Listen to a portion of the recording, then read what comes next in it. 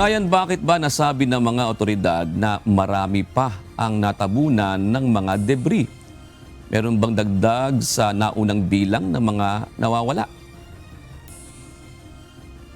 June, base na rin ito doon sa mga ulat na natatanggap ng mga otoridad mula doon sa mga kaanak ng mga biktima at maging ng mga residente na nakakakilala o nakakaalam dito sa ginagawang konstruksyon dito sa paligid at maging nung ilang mga survivor.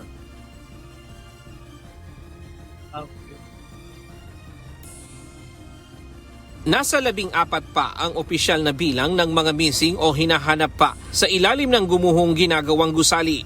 Batay sa unang ulat ng Unified Command System, nasa 47 ang kabuuang bilang ng mga biktima. Sa bilang na ito, 27 ang unang na-rescue habang 16 ang naiulat na nawawala, habang 4 ang kumpirmadong nasawi.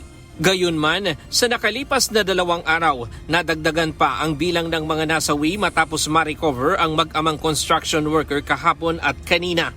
Ayon sa Public Information Office ng Angeles City, hindi kabilang ang mag-ama sa unang listahan ng mga individual na ibinigay sa kanila. More or less, lagi po natin ginagamit yung estimate number na yon kasi meron mga accounts na nagsasabing kasama yung mga partners, no, o pamilya. Naniniwala rin ang iba pang mga nakaligtas na mas marami pa ang bilang ang naipit sa gumuhong gusali. Hindi po kasi lahat po kasi ang tao dyan. Marami po kami kasi yung mga ibang tubero. Kaya po sila. Bali, tansya ko po mga tao dyan, mga medic 60. Samantala, makalipas ang ilang araw na pananahimik, nagparamdam na umano sa lokal na pamahalaan ang may-ari at kontraktor ng bumagsak na construction site.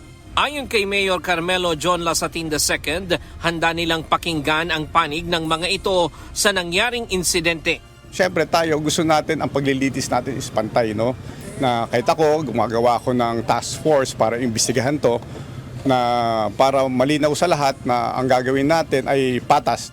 Gayunman, maghihintay ang LGU sa commitment ng may-ari ng gusali na handa itong tumulong sa mga pamilya ng mga biktima at makipagtulungan sa isinasagawang investigasyon.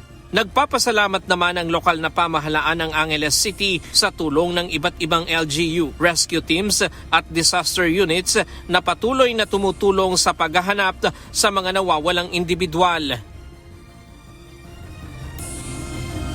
Samantala, June, kanina may signs of life pa na nakita dito sa ilalim ng guho. Pero hanggang ngayon, wala pang kumpirmasyon dyan ang mga otoridad sa bagay na yan. At kanina, inaresto rin, June, yung isa na nagpakilalang survivor noong isang araw at inireklamo siya ng DSWD dahil nakakubra siya ng 10,000 pesos at nag-iintay pa ng ibang mga tulong at ayuda mula sa pamahalaan. Kaya nung verifikahin ito, wala pala siya doon sa listahan ayon doon sa mga trabahante dito sa gumuhong gusali. Saan muna ang latest mula dito sa Angeles City, Pampanga. Balik sa June. Maraming salamat, Ryan Lacanlale.